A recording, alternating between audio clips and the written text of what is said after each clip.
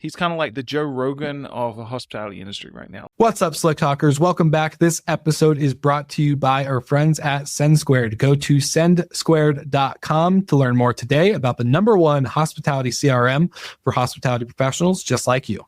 All right, Slick Talkers, welcome back. This episode features the one and only Susan Berry, who is the host of the Top Floor podcast, which is a top industry leading podcast in hospitality where you can learn so much from Susan and her guests.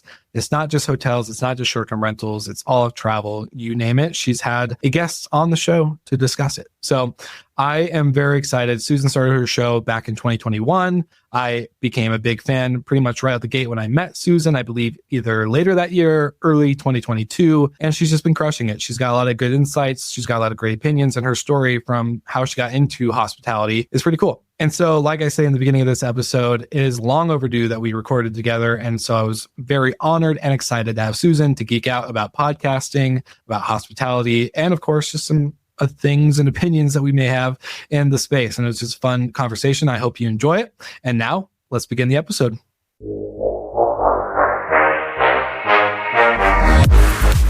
You're listening to Slick Talk, the hospitality podcast, a podcast for those who are in and around the hospitality industry who love, live, and breathe what they do. You can join us for candid and unscripted conversations with hospitality experts and founders as we go deeper into their personal stories while they're sharing their triumphs and trials that got them to where they are today. I'm your host, Will Slickers, and you're listening to an episode of Slick Talk, the hospitality podcast. Now, let's begin.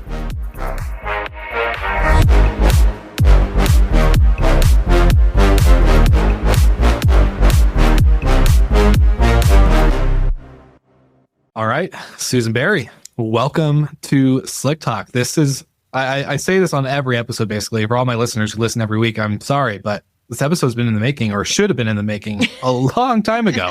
How are you doing today? I'm so excited to be here. This is great. Well, thanks for having me. Of course. Well, for the listeners who don't know or recognize Susan's voice, then you should, because Susan, you're the host of the podcast, The Top Floor. You're also the founder and CEO of Hive Marketing. So I would love to give the listeners a little context before we jump into the interview or the episode, because your show was the first, or one of the first podcasts I actually ended up listening to when I did go full time, because I listened to No Vacancy and I believe Fuel Hotel Marketing. That was a good one. I don't think they're still making that show, but it was great. It's changed. I Travel Boom or something like that. But anyways, it's definitely changed. Stuart's no longer there. It was a great show. Yeah. Phenomenal. But when I went full time and then started doing the network, that's also when I discovered you. So would love to know about your background and hospitality. And then of course your podcast, the Top Floor podcast, how that all got started. So Susan, without further ado, let's take it away and tell us where it all begins. Well, I will tell you the fastest possible version of my life story. So I was born and raised in Panama City, Florida, and went to FSU in Tallahassee, where I worked in restaurants my entire 5 years of getting my bachelor's degree. And when I graduated, the restaurant group that I worked for asked me if I would run their catering company, thinking that this was like such a glamorous big girl job. I said yes. Huge mistake. No, it was fine. So I ran an off-premise catering company for about 2.5 years. Off-premise catering years are like 1 year of off-premise catering is 7 years of hotels. And then 1 year of hotels, like 7 years of normal life. So I ran an off-premise catering company for 46 years and did things like sleep in my car in between events. I had at one point, about an inch layer of baked beans that had sloshed out of a hotel pan in the trunk of my car. Like, it was a mess. It was crazy time. And so when my then boyfriend, now husband, and I decided to move across country to Denver, Colorado, where you live now, I was strongly encouraged by my mom to look into that catering thing while I was figuring out what I really wanted to do with my life. I ended up getting a job as a director of catering at a hotel, and I spent 10 years as a director of sales and marketing for Starwood in Denver, Washington, D.C., and here in Atlanta, Georgia, where I still live. And most of what I did for Starwood was open new build hotels. In those days, I don't know if it's still the case, but in those days, the director of sales and marketing was the first person to get hired because there would be a hole in the ground. So nobody could clean rooms or fix the elevator or whatever. But you could do a little bit of everything. So I got to do a little finance, a little HR, a little being the boss of everyone. It was awesome. Very exciting, high adrenaline, lots of learning and super fun. And so I did 2 of those in rapid succession. I opened a Westin in the DC market and then a W here in Atlanta. And after doing 2 really quick, I was missing that adrenaline rush. And so in the spring of 2009, actually, 3 days ago, as of our recording day, I started my company, Hive Marketing. Height of the financial crisis, sure to be a disaster, but I figured that people were doing a lot of weird stuff then. So if it failed and I had to sort of go crawling back with my tail between my legs, that no one would hold it against me. So I started Hive Marketing 16 years ago, and the company has evolved a great deal over time. We've, focused on different things based on sort of where the market went, but our concentration now is business to business marketing and comms for the hospitality industry. So what that means is that rather than helping an individual hotel attract travelers and guests to stay with them, we help hospitality companies attract and work with each other. You would think that was enough, but clearly the adrenaline is really important to me. So 4 years ago, with Jonathan Albano, started Top Floor, which is our show very generally about the future of hospitality. And it is general on purpose because I am a curious and nosy person. I'm guessing we share that trait. And so I didn't just want to talk to people in hospitality, and I didn't just want to talk to people in marketing. I wanted to sort of cover the full gamut. So we do short-term rentals and trains and travel writers, anything and everything that can fit into hospitality, travel, tourism, we are interested in and we cover, which has never ceased to amaze me how many different jobs and how many different types of things there are to do in hospitality. 100%. And to kind of kick into a perfect segue, one of the things I've always said to at least my younger nieces and nephews and people that are growing up and getting into high school, thinking about their future, getting their first job, starting to think about driving, right? They're getting started with life. And the number one question I always ask them was hey, what do you want to do? Do you want to go to college? Do you want to get a job? What kind of career path do you see? And usually my nieces or nephew will give oh, I want to go into accounting for sports, or I want to go into this. And it's okay, great. They kind of got it figured out. But unlike me, I didn't have it figured out. And so I always kind of told people that if you don't know what to do after high school, you should go work at a hotel because of the wide range of experience and job careers you can go down, from finance and accounting to sales and marketing to security. Even you can go very yes, and the real estate part, the finance part, there's so many things that when I was working on property, I didn't even know existed. Yeah. I think something else you should be telling your nieces and nephews, not to boss you around, is that the job that they're going to have for their career probably doesn't exist yet. So might as well do something that's fun. And working in a hotel is really, really fun. Yeah, 100%. And especially if you don't travel a lot, it kind of gives you that feeling of travel without actually traveling. So yes, broadens your horizons. Totally. Yes. Well, Susan, I got to geek out with Steve Karen from the Modern Hotelier podcast. I've gotten to geek out with Josiah McKenzie from Hospitality Daily. Gotten to geek out with a couple of our friends in the podcasting space. And you mentioned you started Top Floor with Joe Albano, who for the OG listeners of Slick Talk may remember the Lodging Leaders podcast, which was such a good show. And Joe Albano also just has a great podcaster voice like you do. I wanted to give you that compliment before we recorded. And it was just you have a great podcaster voice. I listened to episodes and it's just natural, good, clean, crisp sounding. So shout out to Joe and his team for editing your show, because I know they do the back end. Listen, Jonathan went to the Berklee College of Music and is like the most professional and passionate sound engineer in the history of time. So anything that sounds good on top floor is 100% Jonathan. 100%. Well, he does a great job. You do a great job. I've learned some like editing, post-production secrets behind the scenes from you, but I'm curious. I want to ask this question because I don't think I got to ask Steve or Josiah this, and this can kick off into a bunch of other conversations that we kind of had planned. But, you know, you started the show 4 years ago. You've learned a lot. The show has grown. You've passed 100 episodes that have been published that I got to see on Apple, and you've gotten a lot of good reviews. Like the success of the show is obvious, right? And you're not doing it full time. You're still doing your Hive marketing business full time outside of the show. What the question I want to ask you that I didn't get to ask Steve or Josiah is, if you, knowing what you know now, how it all works, how you like, what you don't like as a host, etc., what would you do differently if you had to start over today in today's world with all the podcasts that currently exists, with the equipment, the education, all the know-how, everything? That is a really hard question to answer. I do things very similarly to the way that I did when we started. I will tell you what did not exist when I started, and that was ChatGPT. In fact, my episode with Josiah McKenzie that you mentioned, we recorded that right after the first sort of public debut of ChatGPT, when people were able to play with it and stuff.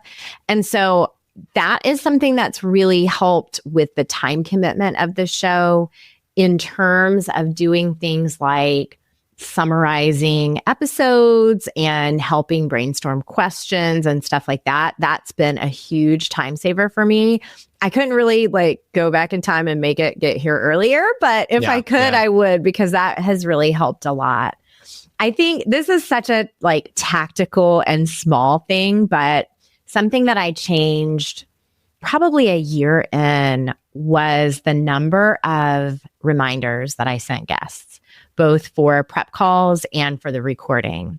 I was having about a third no-shows. Isn't that insane to think about? Like, that's actually, it's high. Yeah. And it was because I kind of felt like, oh, I don't need to remind them that often. They've got it on their calendar. Nobody's just going to blow me off. Listener, everyone is going to blow you off. So we started doing much more frequent reminders and have like a workflow with some, what I hope are at least mildly amusing email reminders and stuff like that. And that made a huge difference. It's such a small thing, but it really made a big difference. And then there's probably a third thing I would say, which is 90% of my guests come from pitches that I receive now. It wasn't the case in the beginning, but it certainly is now. And so having a way to quickly and easily respond to pitches and sort of quickly and easily decide if this is going to be a fit for you has made a big difference for us in terms of like our pipeline of guests. Like we're recorded almost through the 200th episode right now. I think we put out 189 today. So we're pretty far ahead. And it's because I've got a really full pipeline of prep calls and pitches and, you know, sort of people in the different stages of the process. Probably very boring for anyone listening to hear that stuff, but inside baseball wise, that's my thing. Well, I just think, you know, it was so fun. It's one of the things I don't get to talk about a lot on the show. Obviously, as you know, when you're the host of a podcast, it's very much the attention's on your guests, right? And I think for me, it's been exciting to have other podcasters in the industry on, specifically in our industry, because it is kind of a weird dynamic behind the scenes from guest pitches to monetization to content and conversations and scheduling and backend. And like, you know, we're just talking about, you know, if you don't know what to do after high school, go into hotels because there's so many jobs, right? But there's so many jobs behind the scenes of a podcast. Yes, like when it was it's just true. me. Yeah, when it was me just in 2018, it was like hit record, barely edit. If I did edit, insert, you know, like intro and outro, upload. And now it's, you know, we got 4 people behind the scenes, you know, from show notes to scheduling to editing to video to clips to all the email to all the fun stuff. So anyways, it just becomes so much. And so I love asking the question to other podcasters on the show because I think the listeners don't get to hear about much of this stuff from our end on behind the scenes. And so can I ask you a question? Oh, because yes. I don't do video on my show. And that was a deliberate decision from the beginning because so many people that we approached to be guests, especially like in the first year and a half, were like, is this going to be on video? Like they were freaked out. And so we knew, or we thought that it would be much easier to get a wide variety and high quality of guests if we didn't require them to be on camera. Now, this was 2021 when we started, like right coming out of the pandemic, people were just getting used to Zoom and Teams and all that stuff. Did you always do video? And do you think it changes the nature of the show? That might not be the question I mean, but talk about video. This episode is brought to you by our friends at Hostfully. If you remember back in the beginning of the year, we did a industry report or an industry review of the Hostfully hospitality report that they do every year. And we had Frank on the show, who's on the Hostfully team, and he's changed his role a little bit in the Hostfully company, and he's going to be working on a lot of partnership stuff. And so that means I get to talk to Frank a lot. And so for the slick talkers out there, we decided we wanted to give you a better offer. We want to get rid of $500 for onboarding to Hostfully, and we want to give you access to Frank's demo link so that way you can schedule a demo to review the Hostfully platform. If you don't know what Hostfully is, by the way, they're a property management platform for hoteliers and short-term rental operators just like you, where you can manage your business and your short-term rental properties on their platform, directly integrate into the channels that you want to be on. And then, of course, make sure that your other vendors and technology partners are directly integrated with them as well. So use the code SLICK500 in the show notes, grab that link, book a demo, and let them know that we'll send you. If you don't do that, then I'll find you. Just kidding. But we're back to the episode with Susan Berry. No, 100% understand what you're asking. So to answer the first part, no, it's not always video. I first was just like you, only figured out audio. I, learned how to start a podcast through Gary Vee and Tony Robbins, Anchor.fm, $25 mic on Amazon. That was it. And then actually through the Fuel Hotel Marketing podcast guys, told me that they recorded on Skype. And so I was like, okay, if they record on Skype, I'm going to record on Skype. And they didn't do video. It was just audio kind of through like a speaker system in their office. And anyways, I loved the audio only piece because it was fun. Like you get to get creative with what people are listening to. You can add a certain sound at this certain timestamp. And it was fun to see if people caught it and like just see creativity you could have with it. It's different than video for sure. But I think when we added video during COVID, we never published a video. We didn't take YouTube or like other social media tools like Instagram Reels or YouTube Shorts or TikTok, obviously. Never took advantage of that. But I do feel like for me, it changed the dynamic of the show in a better way because when I was doing just audio, we didn't have cameras on. It was like cameras off. Oh, I have cameras on. We just don't use the video.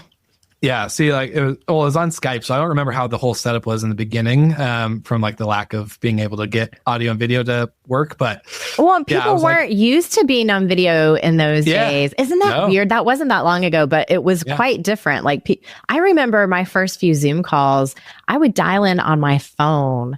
So that I could like walk around my house and do stuff so that I didn't have to be stuck in front of the computer. And now I look forward to my Zoom calls every day because it's like how you see people. Yeah, 100%. Yeah, 100%. And it's crazy because I also think like 2018. You're 100% right. Zoom virtual meetings were not a thing. So even trying to figure out how to coordinate with guests was like, how do I get someone to record with me that's in New York? Yes. While I'm in Oregon, or right? Like I didn't even. So it's changed, but I like it. Just especially because I think what we've started doing with the video with all of our guests is just like, hey, this is content for you. Like we want this to be something you're proud of. I always tell my guests on the show, this is your episode and your show. It's not mine. Like, well, listen, I never tell anyone that. So thanks for making me look like a jackass. Cool. No, no, it's just, I believe the more fun and value the guests get from the show, the better off the podcast is. And 100%. so, yeah, the video has just been a good asset to be, hey, here's a value add for you. You took the time to talk with me. I'm going to have give you the respect of giving you content, or, saving you time on posting content to promote it or whatever it is. Cool. So yeah, it's been a good change, but very fun stuff. I have a question in terms, so the best thing about podcasting, especially in our space, especially for as long as you and I have been doing it, anyone that's done it, I would say over 2 years probably feels this, is that you get to a point in your podcasting journey where your voice does become quite substantial, right? Where you have influence, you have pull, you have maybe not influence or pull is the best word association, but you have some kind of authority with it. Mm-hmm. People look at you differently. They see you as they take you seriously, not like you're 100%. A joke. 100%. It's very true. And so with that, you probably get told, or at least I say this, I have a bunch of secrets I'm taking to my grave, because people end up getting comfortable with you. They start telling you things, and then you hear about certain business deals that are happening behind the scenes. And then you hear about, the drama at a conference or whatever, right? You get to hear all the good stuff. And so I would love to know, one of the good stuff that I feel like I always get to hear is kind of where trends are going. Where is the industry from short-term rentals or hotels going? What are people really talking about? You get so inundated with the audiences at conferences or your own listenership, your email newsletter, all that stuff. So you kind of get multiple pulses. So I'd love to know from your perspective, what you hear on top floor, off the scenes, on the scene. What are the biggest topics or trends? I hate the word trends because of how lightly it's used, but what are the biggest things that you're hearing in your ecosystem that is super important for the world of hospitality? I think where we sit right now, so we're in the second quarter of 2025. And if I had to say that there was one common theme among the hoteliers that I talk to, it is complete befuddlement. That nobody can point in a direction and say, this is for sure the direction that we're going. I think that there are lots of people who have come out bullish. Our industry, being hotels, has a tendency, I think, to err on the side of being overly bullish because they're afraid that they're going to create a panic. There are also lots of people who have come out as what I consider to be overly bearish. We're dropping forecasts across the board. We're headed for a recession, that kind of thing. So I hate to be wishy-washy. This isn't my stance, but the stance or the sort of threads that I've been able to pull from interviews with guests is that people are feeling very, very uncertain. And that's the time both when people make really bad decisions, but it's also the time when amazing new companies, technologies, alliances, partnerships, all those things are born. So my gut tells me that this time next year, we'll be talking about something that came out of left field that no one was expecting. Hopefully it's a positive. You are reading my mind, because I was going to say we have a morning show called Good Morning Hospitality, and we do a predictions episode every year at the end of in the beginning of the year, kind of covering last year in December, we see what did we hit, what did we miss on our predictions, and then January we run it back all over again. I love that. I love those kind of shows. It's a fun episode. It's light. It's a good conversation. But I am curious, if you were to do the same thing for yourself, what do you think the item out of left field would be? What would be a prediction? Can it be a wishful prediction instead of a realistic prediction? I have two. I have maybe one that's realistic and one that's wishful. My wishful prediction is that a new brand of hotels will be born. And I said hotels, but I think I mean a new lodging brand will be born that reawakens people's imagination or re-engages people's imaginations the way that something like the W did when it first launched in the late 90s. Something that feels new and fresh and really exciting, and not sort of just like a retread of the same things that we've seen over and over and over again. Now, the likelihood of that, I mean, that's a very expensive and difficult proposition. So we shall see. But I know you know Annie Holcomb, and she and I have had this conversation before about how at some point this industry is going to have to become the lodging industry and not the hotel industry versus the short-term rentals industry. Like, they're going to have to merge. It's the smartest thing for consumers.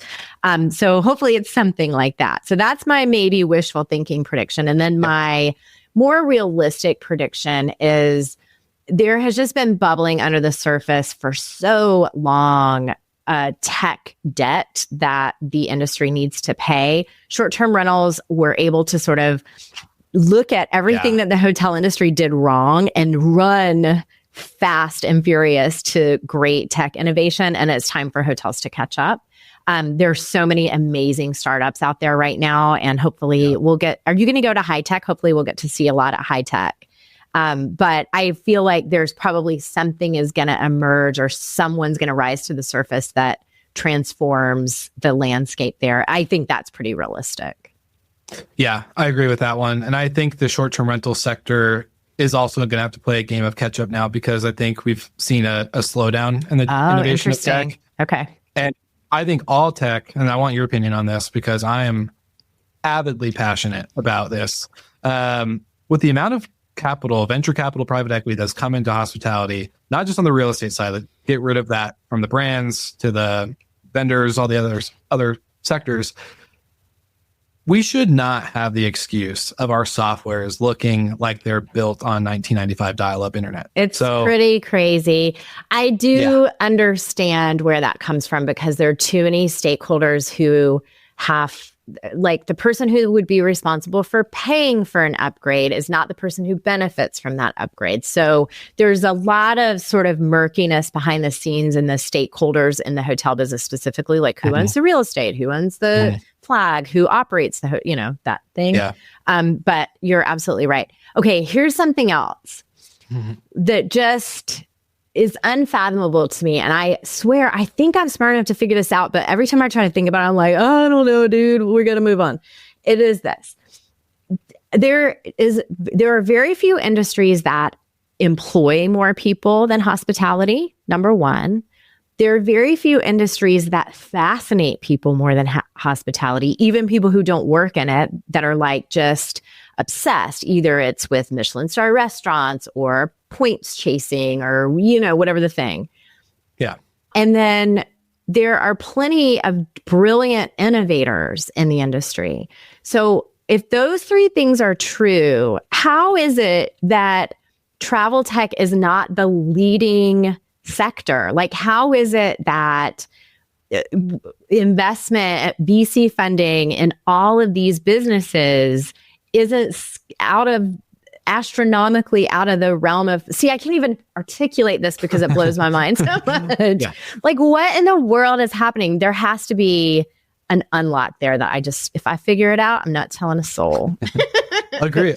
But it's like, you make such a great point. And my kind of thinking and question back to you is like, what is stopping an Amazon and Apple.com, or not Apple.com, Apple or whatever big brand today that we see stopping from coming into our, and looking at our space and be like, wow, the tech is really fragmented. It's like, with the amount of capital some of these companies, especially on the technology side, have raised, the product isn't good. Like, we've seen companies that have like $200-300+ million in funding, and the product UI UX is god awful. I don't know. I feel like if you're gonna put that much into dev and R&D and all the other things, the product itself should be easy and beautiful to use. That's why Airbnb is successful. It's click, book. It's, very easy user face. It's very simple design outline. I don't know. I just feel like our sector, like, but Apple, Amazon can look at this and be like, oh, we can do a better PMS. Okay, they absolutely could. All of those big tech companies seem to have or continue to be dipping their toe in and not finding success. How is that possible? It's confounding. Maybe we should have a summit. We should lock the door and just have all the podcast hosts get together and solve this problem. All right, let's get all 50 of us. Fantastic. Yes, we'll do it. Into a room. Perfect. No, it's very true. I think it's an interesting question to think about, just because you're 100% right. I know what would be the answer to that, but I mean, the same I think is true just in microcosm in the media landscape of the industry.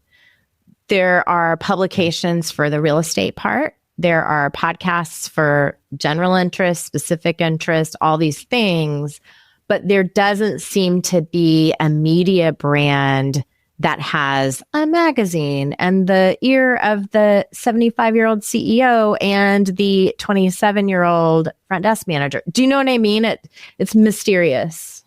Yeah. You wouldn't say like Skift or Focus Wire would be like more? I think those are both great publications.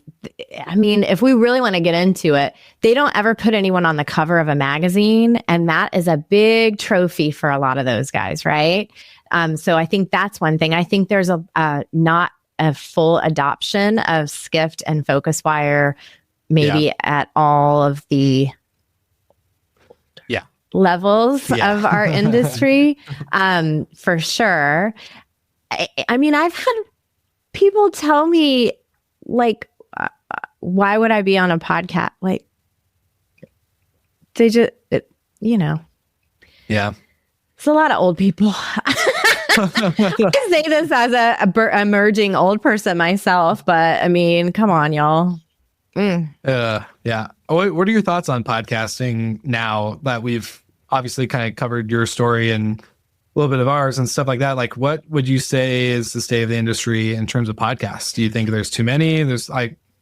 I'm curious. I don't think there are too many. I don't think there's ever too many, because this medium is as much about your sort of connection with the host or the person delivering as it is with the guests and the format, right? So, I'm not for everybody, you're not for everybody, but there is somebody for each of us. Do you know what I mean? So, I would love for there to be more podcasts.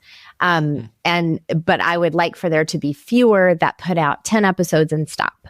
Or I would also like for there to be fewer that put out an episode 1 week and then wait for another 6 weeks and then put out 4 at the same time. Like, more consistent, great content. There's room for everybody. Interesting take. I agree with you on consistency. It's the number one thing that makes your podcast successful. 100%. There's no algorithms on Apple and Spotify podcasts, so you really got to stick to that publishing schedule, or else you'll get buried. We should talk about this, though. This is one of the things that I think is so wackadoodle-do about podcasting that I didn't understand before I started, and that is how difficult it is to get data, to get stats. Like, this is a digital medium theoretically, but people can make up how many people listen to their show. There's no way to check. It's wild to me. Yeah, it's crazy because you look at YouTube, right? Everything's public. You can see per video, per month, or per channel. For the most part, on that kind of level, right? It's pretty transparent. You could tell when someone's fluffing numbers or if they're... That's another good pro in the pro column for adding video. I'm thinking about that. I don't know if I want to, though. We edit the show a lot, and so I'm nervous that the video would then look like it was a dubbed movie, like... Do you know what I mean? 100%. Yeah, especially with the edits that you guys make from an hour recording down to a 30-minute broadcasted episode. I think, yes, but I don't know. I think YouTube's playing... I don't know if they figured it out, but YouTube's playing with this where they can pull your audio onto the platform rather than doing video. So you still get that distribution. We did that at first, and we would just put up the photograph of whoever was talking and just flip it back and forth. But I stopped doing it. I don't know why exactly. I just did. Yeah, it's also one of those things, like, if you know people aren't watching and they're listeing, why spend the extra effort and just like give them what they want and save yourself some time, right? I don't know. So it's a hard balance in the term of media and content and what to do. Because I thought about it. I was like, man, should this show go to just audio again? The video is great for, like I said, social media and all the kind of things you do to market it. But at the end of the day, like, do we need to have video? I don't know. I mean, I listened to a show called Grow the Show. Do you ever listen to that? Oh, yeah. It's great. Yeah, with Michael. I can't remember. Or not Michael. Yeah, I know. I've met him at a podcast conference. Yeah. The famous host that we love. Yeah. I really do. I think his content is great. But the thing that he talked about, or that he talks about often, is if you want someone to listen to your podcast, be on a podcast. Because you're talking to people who already know how to work it, right? Like who already know how to find a show and listen to it. True. Versus, a major, I don't know, Instagram campaign or whatever the case may be. So it's kind of interesting. For sure. But who knows? Because we have no data. So there's no clue. We have no clue where these people are coming from. They're just here. We're happy to have them. Yes. I told this to Steve. I was like, I honestly could start so many businesses for the podcast industry because of how many things there are kind of behind the scenes that you're just like, man, the data could be better. I could sell better sponsorships and I can know my listener better so I can create better content and get better marketing and better this and better that. But no, again, here we are behind the mic instead of building the technology that makes it all fixed. Yes. It's fun. There's tons of things for the listeners. If you ever want to get into podcasting, trust us, we could geek out forever.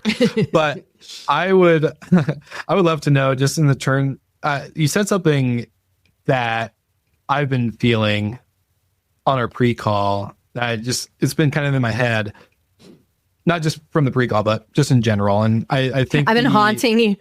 You've been haunting me for weeks, Susan. I figured.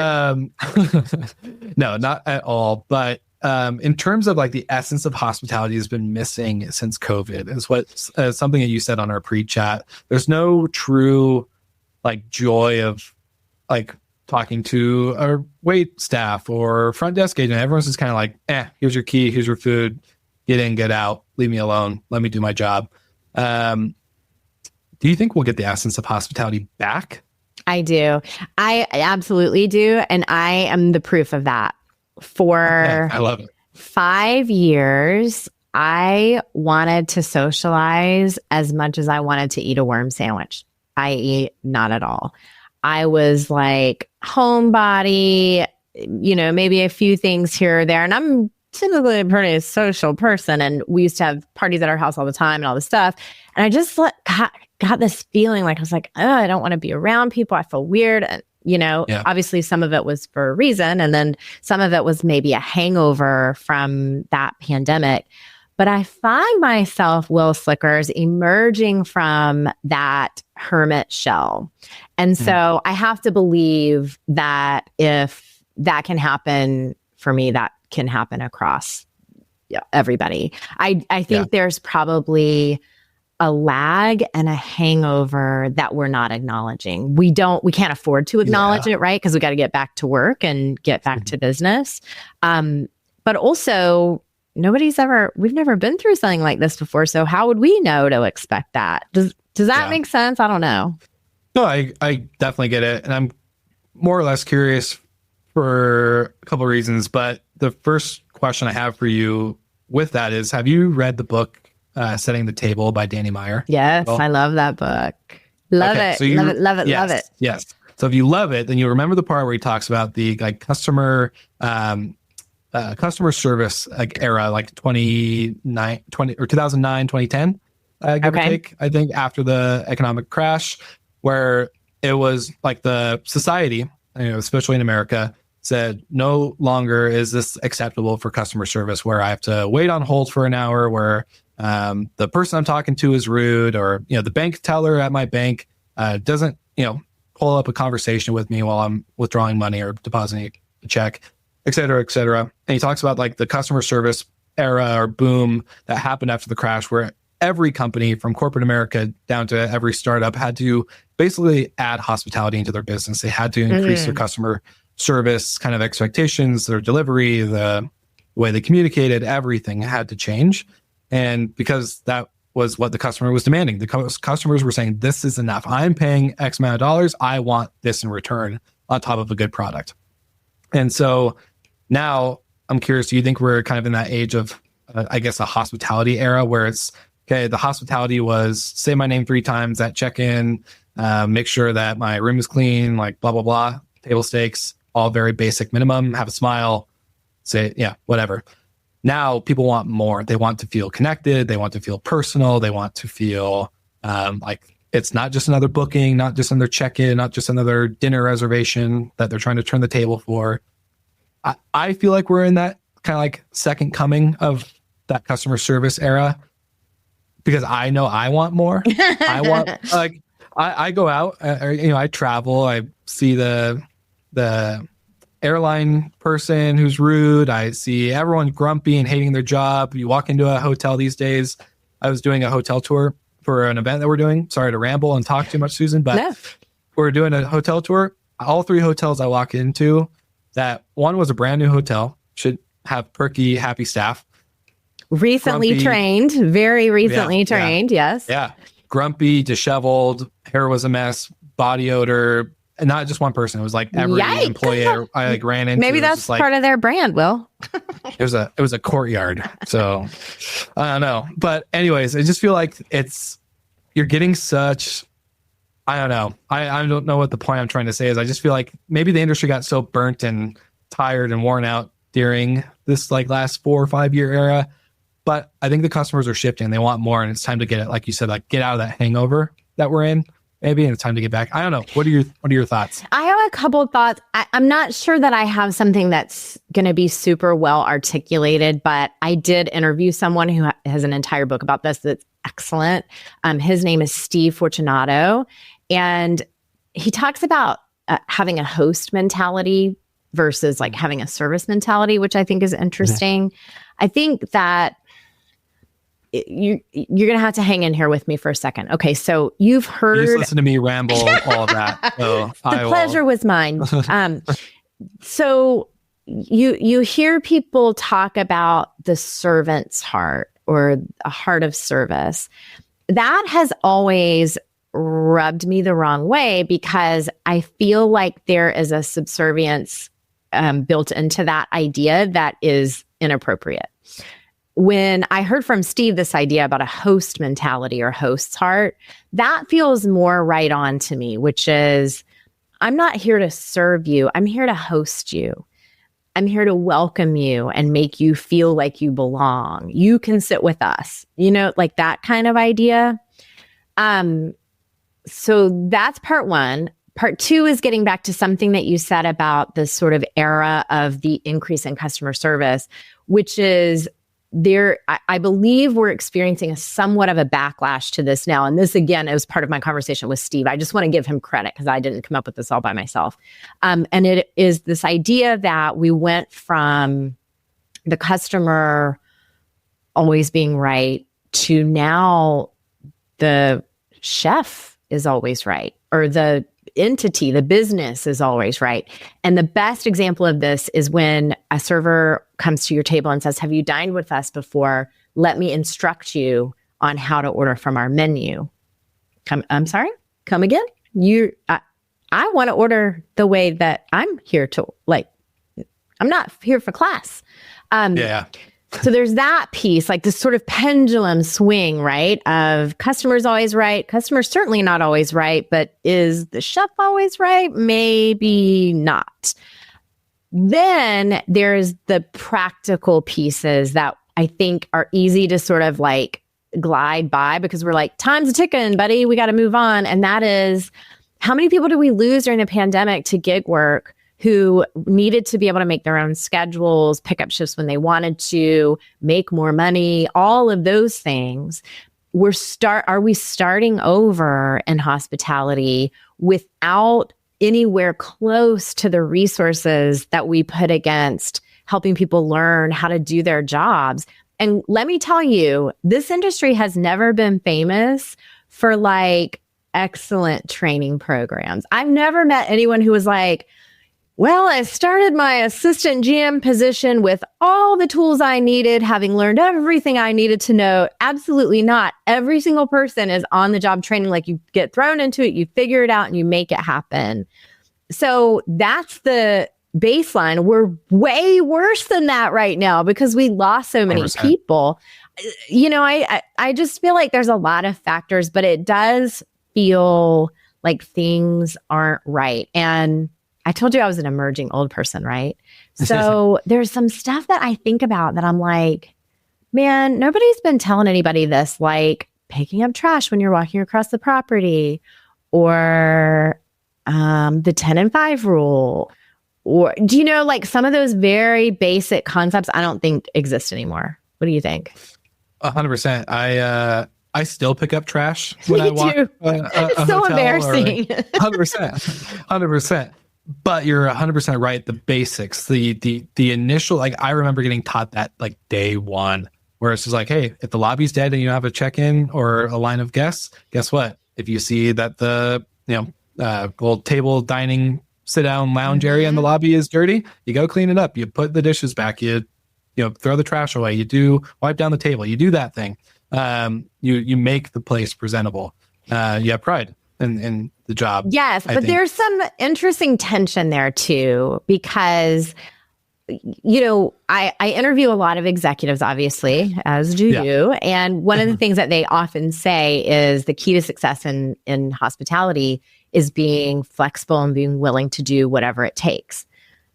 Well, being asked to do whatever it takes might mean that you are being taken advantage of, that you're not getting paid enough for your job, or you are making it possible for the business to not fully staff because you're patching it together with, Band-Aids and popsicle sticks or whatever. So that tension is not simple, I don't think. I don't think it's this like, they get back to basics, everything will be great, guys. But I also don't think, being inflexible is the way either. Yeah. Well, I'll counter this with a fun little, we can kind of have a little back and forth on this one. I would love to know your thoughts. Who was I talking to? It was Jeff Lowe. And shout out to Jeff from Stash Hotels. They're a great company. He was a great guest. I loved our conversation. And I believe he said this, people don't care, like, saying someone's name 3 times at check-in no longer like should be like that standard practice, right? Like, no, it's creepy. Ugh. But this is where my the act of doing it or the practice of doing it is still a good thing, because you're still thinking about the other person. You're actively acknowledging your guests in your own head. You're not just like waiting for people to walk up to the desk where you're grumpy with your head down at the keyboard. click, click, click, click, yeah, click, click, click. Yeah, not making, phone, or can I get your ID and date of birth? Debit or credit card, please. And yeah, all that good stuff. So I think like the intention behind these things are good, right? Like the intention of picking up the trash when you're walking the hotel, the intention of saying the guest name 3 times, the practice of doing what it takes as a team. But like, that's where you're 100% right. Like you have to know where's that line? Does that line of doing whatever it takes mean I, get taken advantage of? Does this mean I put myself in safety or safe, like harm's way type stuff? So, there's a lot of ways, but I think the practice of it, we've gotten away from. So people no longer, like you saying my name, Will Slickers, on the podcast, so it makes me smile because it's like, oh, you're saying my name. Like, plus, you just have a cool name. It's fun to say, Will Slickers. Thanks, Susan Berry. But I think it's just like the act of it. It makes some, I don't know. I'm rambling now because I totally get where you're coming from. If the goal is 3 and you hit it once, that's better than hitting it none at all. I think there's the desire. My guess is that the people who make those rules wish that they could make it be flexible and freedom within this framework, but have seen over time that if they don't say it 3 times, then somebody who says it 0 times can't be corrected. Maybe? Agreed. Yeah, no, I don't think there's a right or wrong. It's just more of like, I think, to go back to the basics, the comments is the reason why I said it was just because like, I think sometimes the basics help us come back to that. Like, okay, this is broken. The industry is not the way it is. Things aren't right.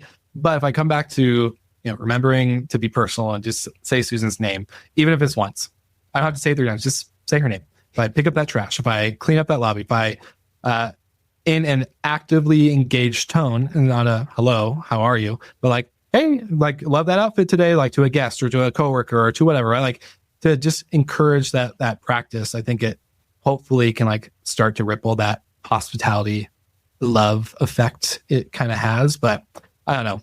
That's just my hopeful wishful thinking. Everything I know I've learned from my guests, and I have another book that I want to recommend. It's called The Impact Hospitality Handbook. It was written by Dante Johnson and Jason Bass. Dante is a GM and Jason is a director of culture, and they are now at their second hotel as a team. And the thing that they talk about is that the way that they, and this sounds so cliche, but they are way better at explaining it than me, so read their book. The way that they treat their teams makes it very obvious how the teams should be treating the guests. It's maybe an oldie but a goodie that if you take care of your team will take care of the guests.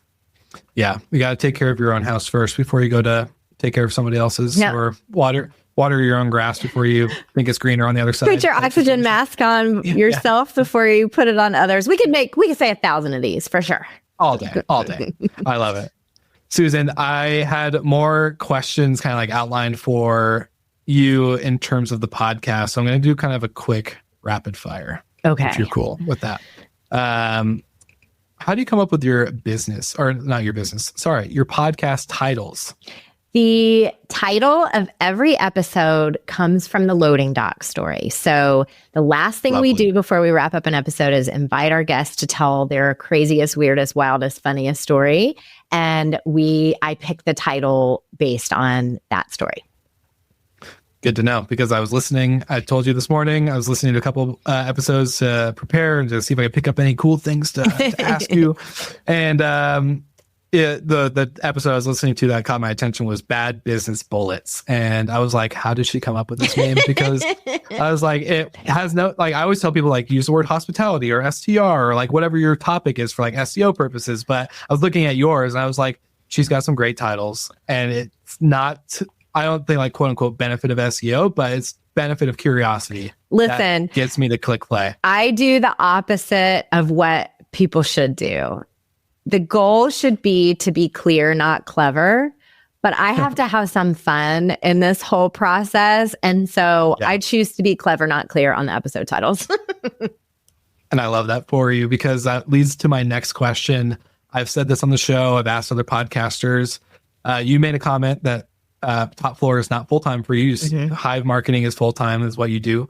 If it were full-time, would you be worried that you would hate it because it is now a job instead of a hobby or a passion project? I don't think so at this point. I think if I were only a year in, then I might be nervous, but I'm almost to I'm in year 4 now. Is that right? Yeah. If you start in 2021, yeah. Okay. Math. I was an English major, FYI. And so the fact that I have been able to stick with it, we're an always on weekly show, no seasons, no holidays, no breaks, lets me know that there's a reason that I keep doing it, even when I have a million other things to do. I would love to do it full time.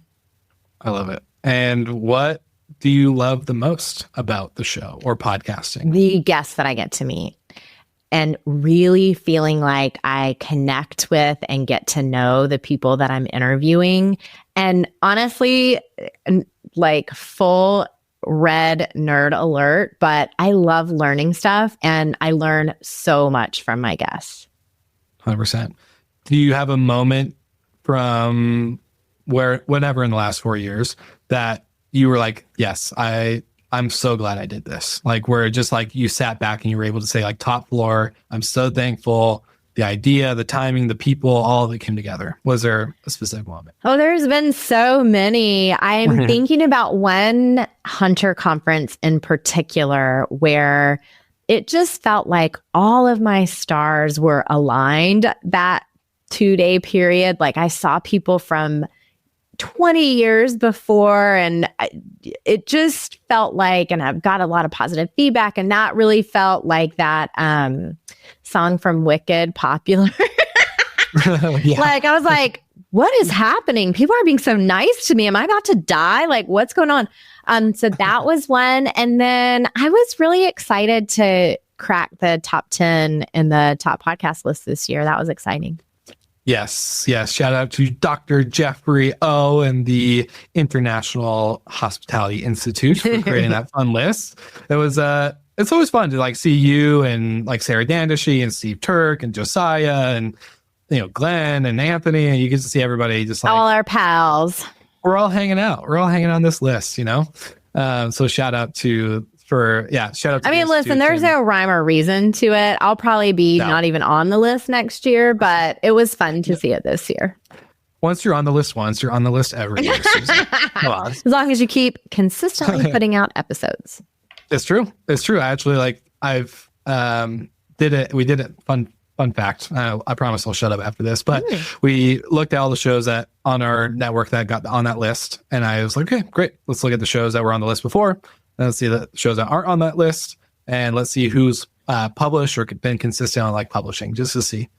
All the ones that weren't on the list were not consistent in publishing. So that's one sign. It's the key. It's also the key with LinkedIn content. Everything consistency matters more than quality. 100%. Fortunately for you and I, we have both. Yes. Quality, consistency is always king. And Susan, speaking of LinkedIn, to give you the final question, my famous kind of final question I always give everybody is if you had one link to send everybody, where would you send them?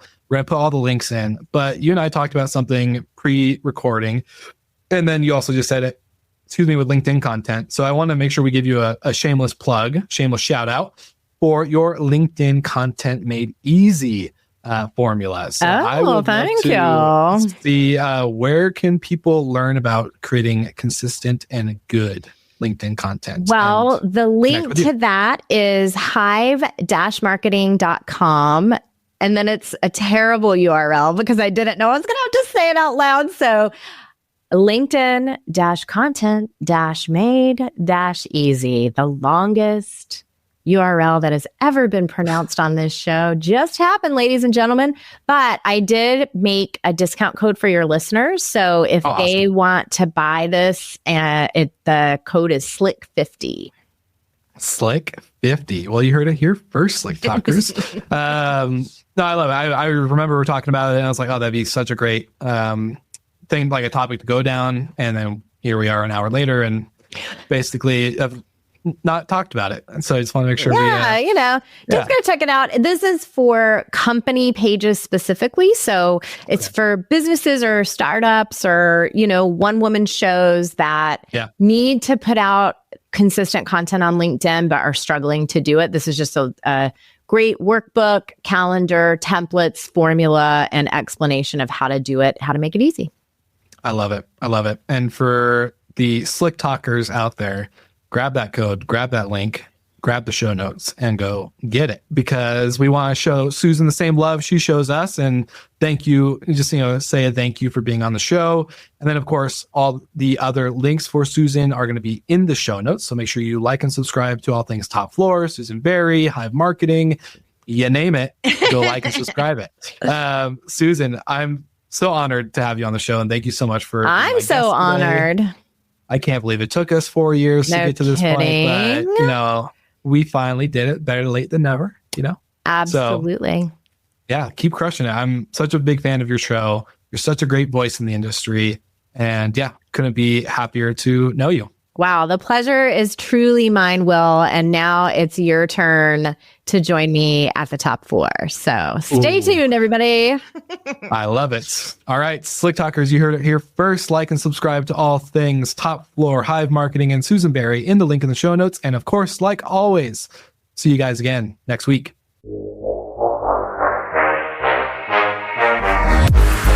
Thank you so much for listening, and thank you to our show partners for making Slick Talk, the hospitality podcast, possible. We hope you enjoyed the show, and we would love to connect with you outside of the podcast. So you can follow us on all of our social media channels for daily hospitality content, or find us on slicktalkthepodcast.com. And don't forget to rate, review, and subscribe so you never miss an episode. I'm your host, Will Slickers, and we will see you guys all again next week.